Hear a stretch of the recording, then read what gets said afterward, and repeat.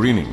É considerada a mais destrutiva e evolui com rapidez nos pomares. Se não forem tomadas medidas de controle, em curto tempo, todo o pomar afetado estará comprometido, assim como os vizinhos. É preciso enfrentar o greening com seriedade e agir rapidamente na tentativa de eliminá-lo. O greening não é mais uma doença, é o maior problema da citricultura.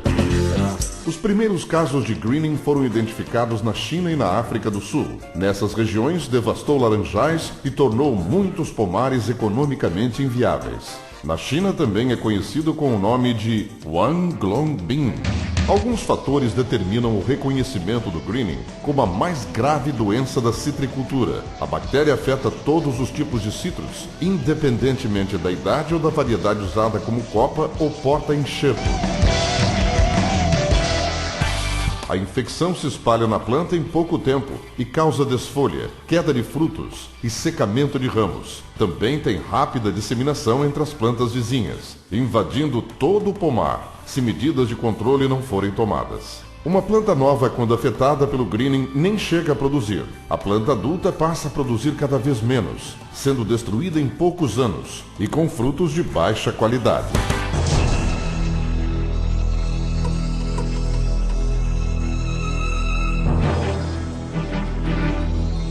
O greening é causado por uma bactéria do grupo das Liberibacter. Quando infecta a planta, ela se multiplica no sistema vascular e afeta o fluxo de seiva, que leva água e nutrientes para todas as partes da planta. Quando os sintomas aparecem, ela já se encontra distribuída por todos os ramos. A transmissão da doença só se dá de uma planta para outra por meio de um pequeno inseto vetor de 2 a 3 milímetros de comprimento e cientificamente chamado Diaforina citri. Tratos culturais, ar, água ou o homem não transmitem a bactéria do greening, apenas o vetor. Quando o inseto suga a seiva de uma planta doente, ele se contamina e transmite a bactéria ao sugar a seiva de uma nova planta. Esta planta, agora contaminada, passará a exibir os sintomas poucos meses depois. O inseto é atraído por brotações e ramos doentes.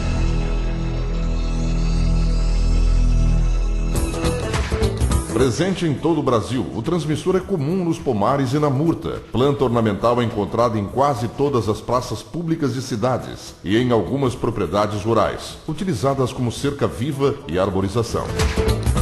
Nas folhas e ramos, o inseto fica sempre parado e pousado numa inclinação de 45 graus, característica que facilita o seu reconhecimento.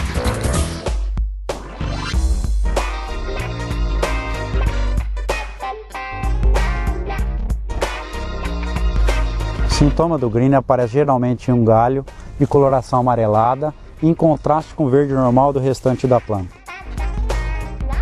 As folhas dos ramos afetados têm um sintoma específico, pois apresentam o chamado mosqueado, que são manchas que variam de coloração verde claro ou amarelo pálida, contrastando com áreas de coloração verde normal das folhas maduras. As manchas são desuniformes e podem ser separadas pelas nervuras das folhas. Na maioria dos casos, não há uma separação nítida entre as áreas de cor modificada e as de cor verde normal. As folhas com sintomas caem rapidamente, provocando seca dos ponteiros dos ramos.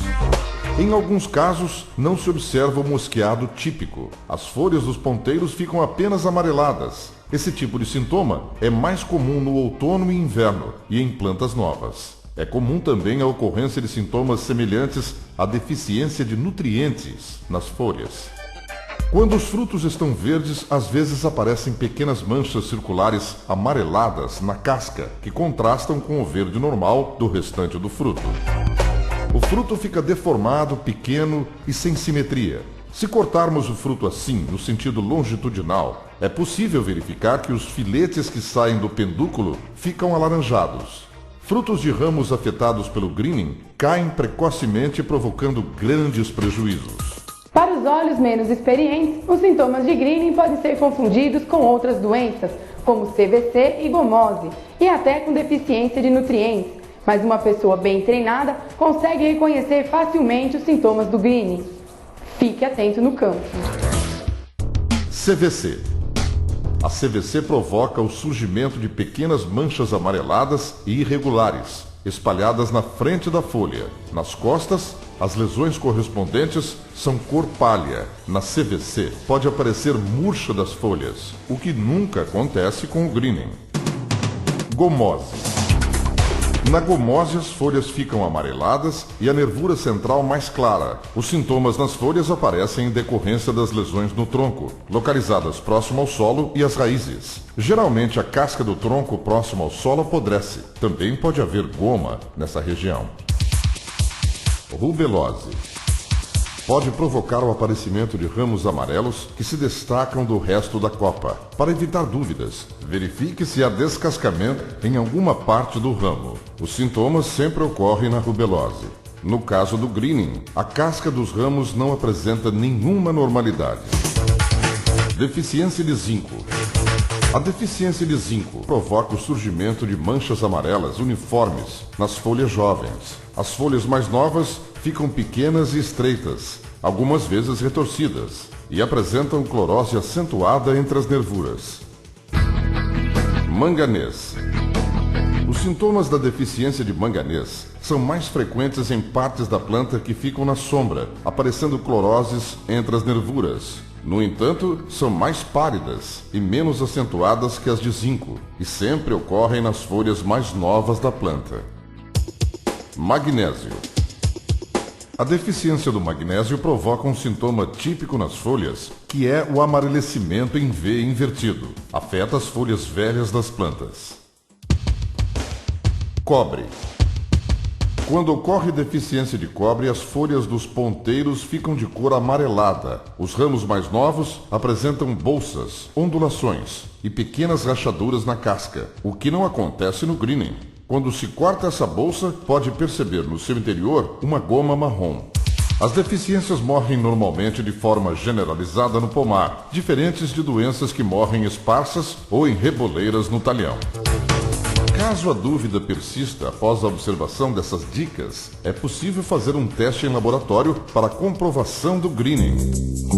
Para o diagnóstico seguro da bactéria do greening, o produtor deve coletar folhas que sintomaticamente representam a doença. Essas folhas são folhas que estão normalmente abaixo daquele ramo amarelo principal que nós constatamos quando vemos a doença. Essas folhas têm sintoma típico de mosqueamento e que são típicos dessa doença. Então, o produtor deve concentrar o esforço de coletar essas amostras e enviá-las ao centro de citricultura ou ao fungicida. O número de folhas coletadas deve ser no mínimo 10, embaladas em um saco plástico e bem identificadas quanto à propriedade, o talhão, a rua e a planta. É muito importante conhecer bem os sintomas para identificar todas as plantas doentes e efetuar imediatamente as medidas de controle. Lembre-se, o greening evolui rapidamente no pomar infectado.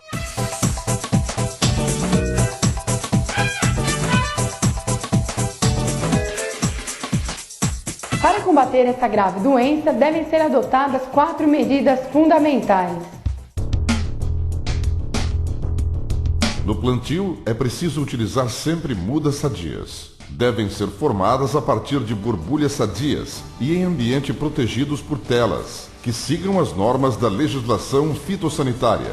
Basta uma muda contaminada para introduzir a doença numa nova plantação e provocar grandes perdas. Outro grande problema da muda contaminada é o do transporte da doença a longas distâncias. Por isso é muito importante que as mudas sejam formadas em viveiros telados, que impedem a entrada do inseto transmissor, garantindo sua sanidade.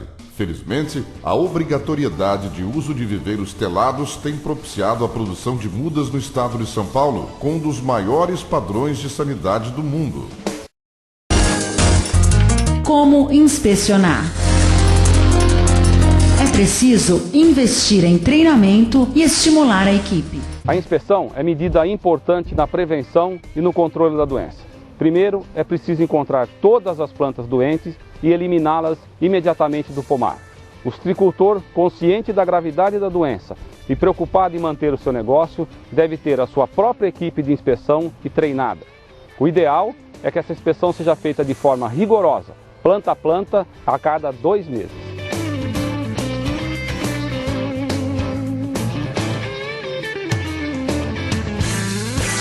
Como inspecionar?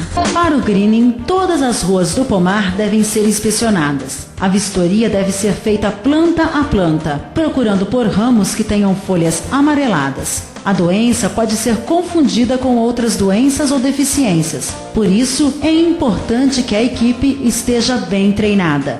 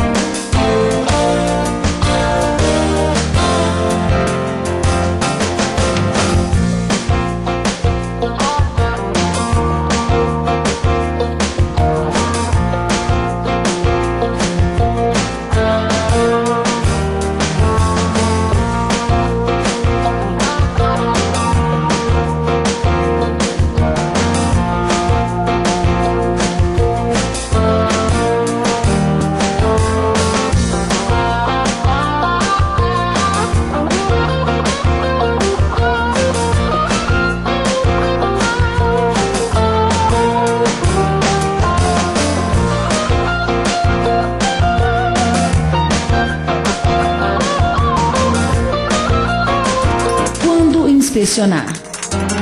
A inspeção de greening deve ser uma rotina. O período de maior expressão dos sintomas corresponde aos meses de abril a agosto.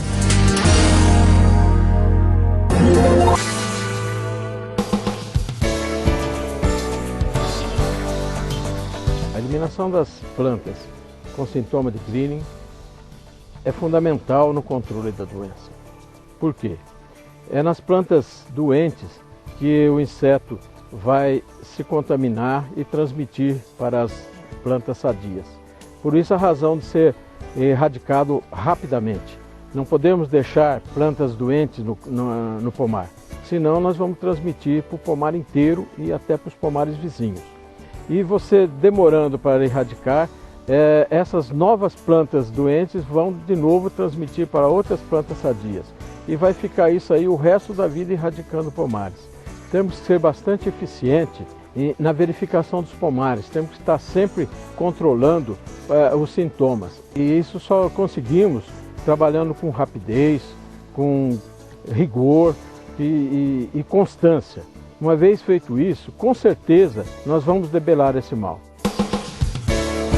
A eliminação da planta sintomática pode ser feita por arranquio da árvore doente, sem a necessidade de queimá-la ou corte rente ao solo, com o cuidado de aplicar o herbicida, para que não ocorram brotações. Não há necessidade de se eliminar as plantas vizinhas, ou se esperar 2 anos para substituir as plantas eliminadas, como ocorre com o cancro cítrico. Recomenda-se também eliminar as plantas da murta, porque elas podem servir de criadouro para o vetor e também podem estar contaminadas com a bactéria do greening. Não é possível controlar o greening através da poda. Esta técnica não funciona. Nós comprovamos isso conduzindo vários experimentos com mais de 700 plantas de diferentes variedades, idades e níveis de sintomas. As plantas foram podadas na pernada ou no tronco. Muitas plantas podadas no tronco nós engaiolamos para evitar acesso do inseto vetor. O resultado foi que praticamente todas as plantas podadas mostraram sintomas 5 meses após a poda. Por isso, a única maneira de controlar essa doença é eliminando as plantas com sintomas o mais rapidamente possível.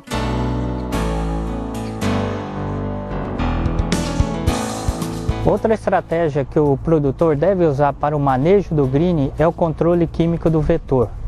Mas para fazer o controle químico do vetor, ele primeiro identificar o vetor, saber o momento que ele está presente no pomar e saber como controlar esse vetor. O psilídeo é um inseto que prefere as condições de calor e umidade relativa alta. Então ele vai estar mais presente nos pomares na primavera e no verão. Existem duas maneiras do produtor saber se o vetor está presente ou não nos seus pomares. Uma delas é através de armadilhas adesivas amarelas e a outra é através dos pragueiros, que devem estar atentos às novas vegetações e também saber identificar todas as fases do psilídeo. Para controle químico do vetor, recomenda-se o plantio de mudas protegidas com inseticida sistêmico, em pomares até 3 anos de idade, a utilização de inseticida sistêmico no período das águas, inseticida de contato no período seco do ano, e em pomares com mais de 3 anos de idade, em função da inspeção, monitoramento do psilídeo, fazer o controle quando esse está presente nos pomares. E outra alternativa é tentar proteger todos os surtos vegetativos que apareçam. Para assegurar o controle da doença, as autoridades fitossanitárias publicaram uma lei. A lei foi regulamentada pelo governo federal e é fiscalizada por órgãos estaduais de defesa sanitária. Enquanto houver plantas doentes nos pomares, a doença vai continuar se disseminando e vai colocar em risco o seu negócio. Por isso, para resolver o problema, é preciso que você faça inspeções constantes no seu pomar, eliminando as plantas doentes o mais rápido possível. A citricultura precisa da sua participação. Em caso de suspeita ou dúvidas, procure o Fundecitrus ou a Casa da Agricultura de seu município. Ligue grátis 0800 11 21 55. Fundecitrus. Nossa missão é assegurar a sanidade citrícola, respeitando o homem e o meio ambiente.